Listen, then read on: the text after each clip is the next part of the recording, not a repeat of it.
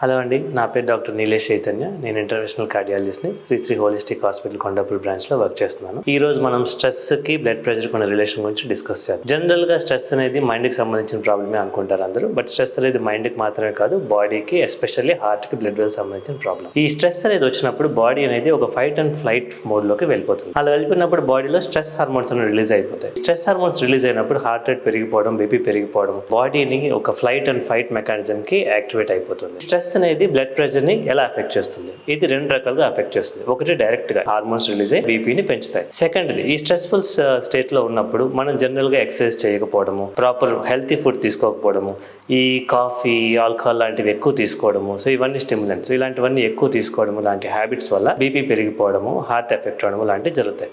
So ఇలా డైరెక్ట్గా stress వల్ల వస్తుంది, ప్లస్ స్ట్రెస్ వల్ల మన బాడీలో చేంజెస్ వచ్చిన హ్యాబిట్స్ వల్ల కూడా మళ్ళీ బ్లడ్ ప్రెషర్ అనేది ఎఫెక్ట్ అవుతుంది. సో ఈ స్ట్రెస్ని మనం ఎలా తగ్గించుకోవాలి?